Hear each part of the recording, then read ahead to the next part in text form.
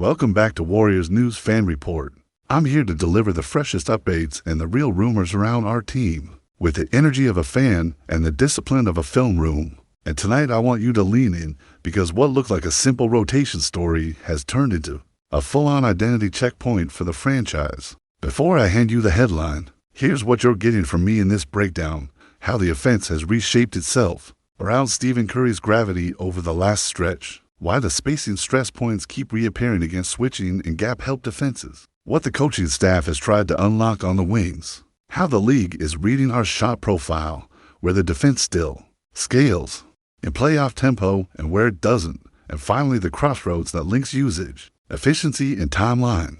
I'm not throwing the punch in the first minute. The reason you felt the temperature rise around one player is only obvious. When all these pieces sit on the table together, and I'll put them there step by step so you can feel the logic the same way people inside the building are feeling it. Let's start with the film, because the film never lies.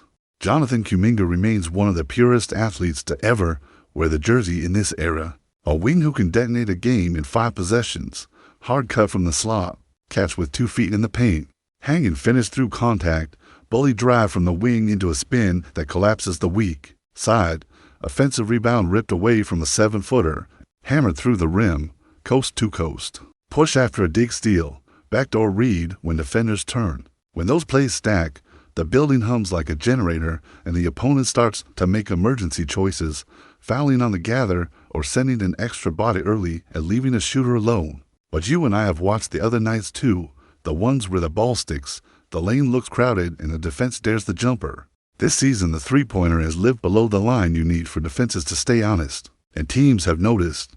They're ducking under handoffs, loading the elbows, and daring Golden State to win with mid-range twos.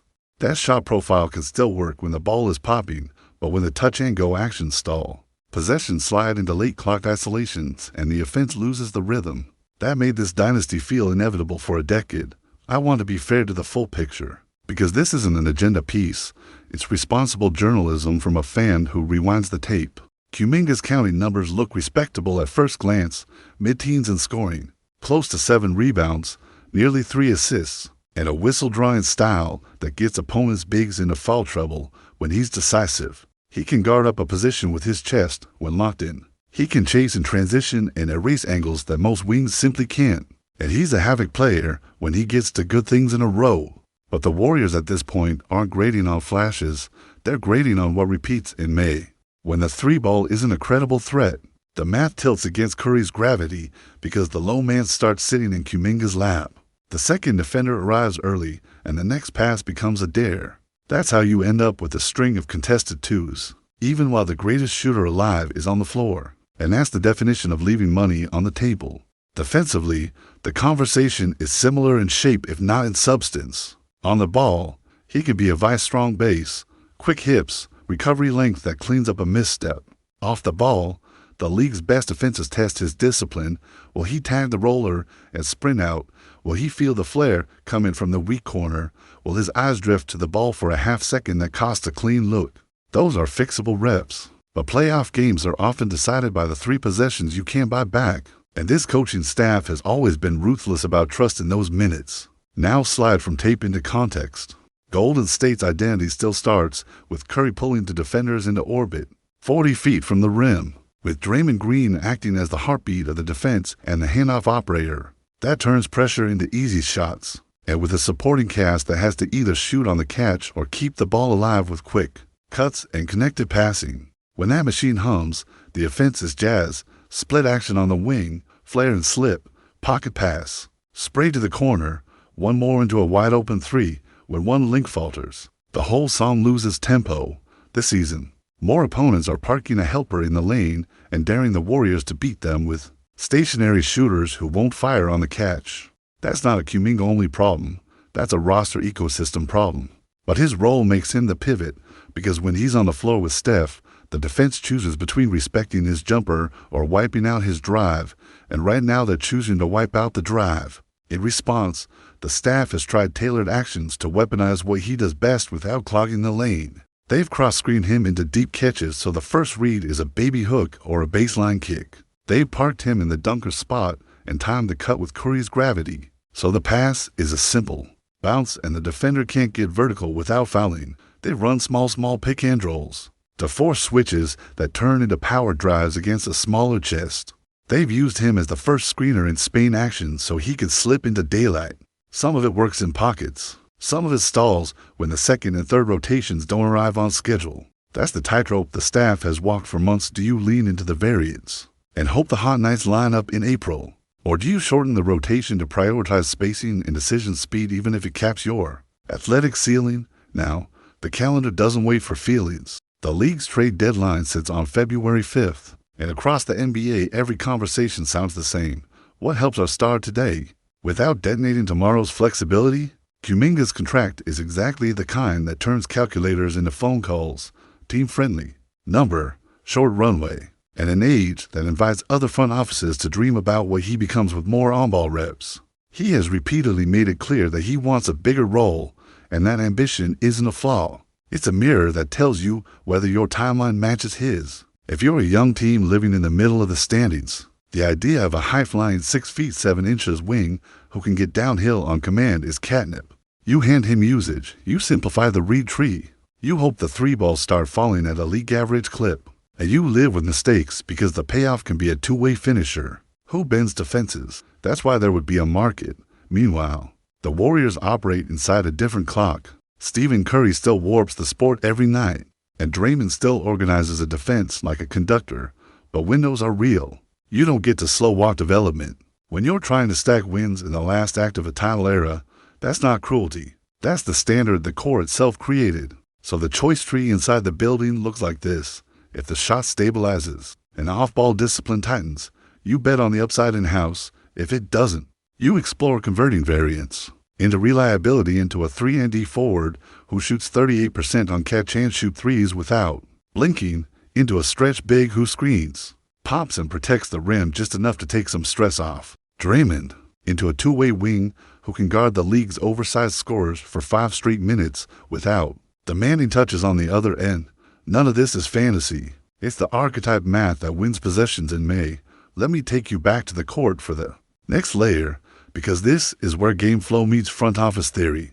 Opponents have started a deep drop against non-shooters in our handoff game, which means Curry's defender trails and the big camps at the level to split the difference between Steph's pull-up and the roll. When Kuminga is the spacer, his man steps to the nail preemptively and shrinks the drive.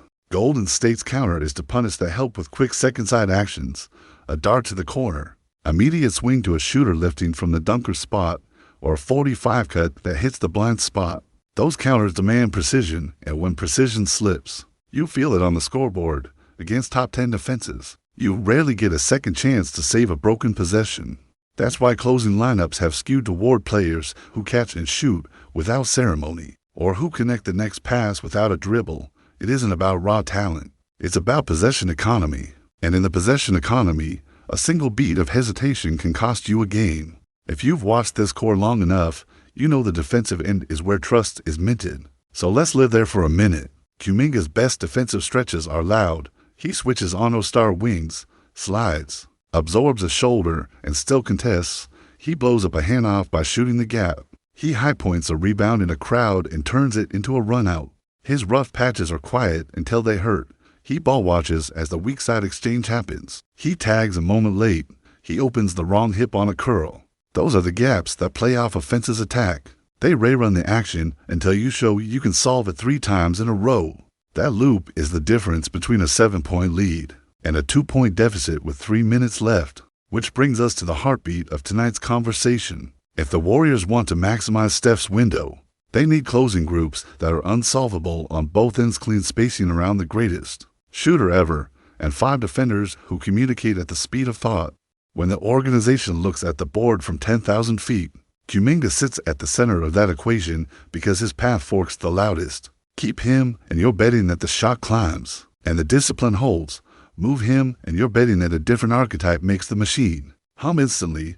Both bets are real. Both can be right depending on the offer. I promised I'd bring you to the place where the headline lives, and here it is. Based on the performance arc so far, the spacing stress it creates, the clarity of the championship timeline, and the market dynamics around a 23-year-old on a team-friendly deal, Golden State is actively weighing whether the next evolution of this roster requires turning Jonathan Kuminga into a win-now fit before the February 5th deadline, that doesn't mean a move is guaranteed. It does mean he is not a lock to finish the season here. If the right package places a perfect fit piece next to Curry and Draymond, it's a sober conclusion, not a hot take. And it explains why you felt the conversation around his name get louder without anyone inside the building grandstanding about it. Where do I land as a fan who wants one more deep run and as an analyst who respects the player? I land in the middle with a bias toward clarity. If the shot normalizes to league average on open looks and off-ball habits tighten over the next 20 games, you keep him and lean hard into design actions that make his athleticism a scheduled weapon.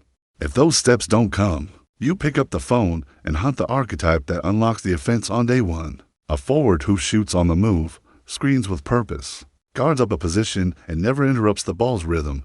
That player makes Steph's doubles a gift again. That player returns Draymond to quarterbacking without asking him to plug the leaks at once. That player gives the staff 5 clean answers for the final 6 minutes. Now, I want your voice before we wrap because this is our community, and we see angles national shows miss. Would you roll the dice on development and bank on a spring surge? Or would you flip the variance for reliability if the right 3-and-D? Or stretch big walk through the door? What's your closing 5 in a 2-point game? Who stands in the corners? Who screens? Who guards the biggest wing? Who takes the secondary creation load so Curry can play off the ball for 2 possessions when defenses tilt everything his way? Drop your blueprint in the comments, be specific, and tell me how you'd script the first 8 plays of a fourth quarter against a switch-heavy opponent. I'll be in there with you tonight because this conversation belongs to people who care enough to sweat the details. Here's my concise read as we land this plane. Golden State can't live in the middle. Either Kuminga's jumper threatens the defense and his downhill game becomes the chang up. That flips a series. Or the front office uses a friendly contract in real league interest to acquire a player who fits the system on contact and raises the floor of every possession. That's not cold. That's the standard this core set. I'll keep watching the rotations, the body language, the way the staff toggles lineups in high-leverage minutes, and I'll be right back here with clear-eyed breakdowns after the horn. If you value this kind of honest, fan-driven analysis that respects your time, tap subscribe, turn on notifications, and share this with the diehards who still stand for all 48 minutes. We're chasing meaningful basketball, and that chase demands clear choices. Tonight was about why one of those choices might arrive sooner than most expected and why. If it does, it will be about fit rather than blame. And because I know you want the nuts and bolts, let me map both roads with more detail. If the Warriors keep Kuminga through the deadline, the blueprint I'd bet on is role clarity wrapped in repetition. You build him a menu he can order from every night, and you cut the rest. First, schedule 3 touches per half inside 8 feet that don't require dribbles, deep seals after early sprint rim runs, a ducking when his man turns his head, and a design baseline sneak when Curry lifts. Second, pair him almost exclusively with at least the credible above-the-break shooters so the help math is honest. That means his minutes live next to a spacer at the 4 or 5 and a wing who fires on the catch without blinking. Third, restructure a handful of possessions as second-side actions where his catch is on the move against a tilting defense. He is at his best when his first step is attacking a bent seam. Fourth, on defense, give him one non-negotiable. Tag early, talk loud, and finish the play with a body.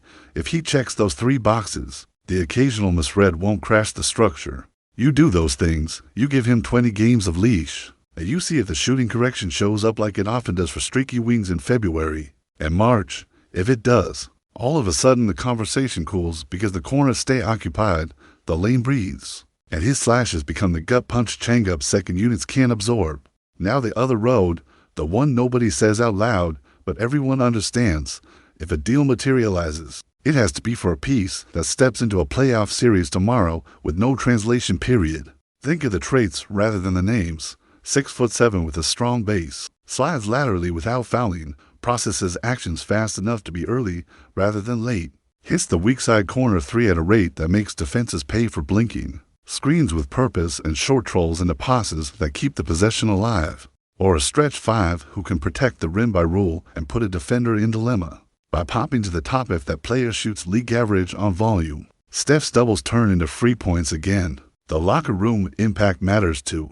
This core thrives on trust, And nothing fuels trust like knowing exactly where your teammate will be and what he will do when the ball finds him. A clean fit addition ripples through everyone else's job. Curry's load eases. Draymond can spend more energy terrorizing actions instead of babysitting spacing. The young guards can attack second sides without running into a crowd, and the veterans can conserve their legs for the 3 minutes that decide everything. I also want to speak to the human side because it's easy to treat players like chess pieces. When deadlines approach, Kuminga's desire to be central isn't arrogance. It's the same engine that got him. Here, sometimes timing is the only difference between a star and a trade chip. In another context with more runway, he could absolutely hit new levels 18 a night. Free throws piling up, energy that lifts a young locker room. If the parting happens, it won't be because he failed. It will be because the pieces didn't sink at the speed this window demands. That distinction matters in a city that prides itself on basketball intelligence and empathy. Let's get even more specific about scheme, because this is where games flip. When defense is put two on Steph, the Warriors want the next pass to slice a tendon, slip to the rim, spray to the corner, or hit the 45 cutter. If Kuminga is the screener in those moments and his man sits at the nail, the slip has to arrive a beat earlier or the pass has to skip to defenders to a waiting shooter. When he times it perfectly, the dunk is there. When he's late, the window slams. That timing learned over thousands of reps is why the staff trusts veterans, who might not jump out of the gym, but never miss a beat. Playoff tempo shrinks your margin for error to the width of a shoelace. That's why games often look slower even when the athletes are faster. Every cut has to mean something. Every screen has to land. Every pass has to travel on time. One more angle I don't hear on national shows: offensive rebounding versus transition defense. Kuminga's athleticism tempts you to crash the glass to steal extra points. But every crash is a gamble against your ability to set the wall in transition. When the shot isn't trusted, he sometimes hovers between shooting and crashing, and those in-between decisions are where runouts are born. Tighten that dial, either fully commit to the crash with the coverage behind it, or sprint back early and the defense suddenly looks faster, even if the personnel didn't change. And then there's the end of game context. In the final 3 minutes, the Warriors want 5 players who make the floor feel wider. If a defender can step off one shoe length from a wing, the entire geometry collapses by a degree you can feel. Close games are decided by those degrees. I'll keep saying it. This is about fit, not blame. A player can be good and still be a bad fit for a very specific moment in a franchise's life. The same player can be a perfect fit somewhere else and everyone wins. Basketball history is full of those swaps where both sides exhale a month later and wonder why they waited so long. As we inch toward the deadline, feelings will spike, takes will get louder, and rumors will gallop across timelines. But the people making calls are colder than that, and they should be. They'll measure the trade-offs, not the comments. They'll test how the new piece handles being the 5th option one night and the 3rd the next. They'll ask the question I started with: does this help Steph today without torching tomorrow? And they'll act when the answer clears the bar. Now, if we're still here a week after the deadline and Kuminga is in blue and gold, I'll be the first to lay out the specific tweaks I think unlock a better version. For the stretch, run more empty side pick and rolls where the tagger is late by design. Deeper bench pairings that give him a runway. Staggered minutes that let him bully subunits for 6 quick points that change a quarter. If we're not, and the front office has moved him for a piece that snaps into place, I'll break down the new geometry on arrival so you can see exactly how it changes Steph's menu and Draymond's coverage calls. Either way, our job here is to stay honest about what we see and generous about why it matters, because this window deserves clarity. So, are the Warriors preparing the ground for a change? They aren't shouting it, but every sign points to a front office that has the courage to make a hard decision. If the right offer appears, and a coaching staff ready to coach either outcome with the same intensity, that's the truth I could stand on tonight, measured, not sensational, grounded in tape and logic, and delivered with the same heartbeat you bring to every game night.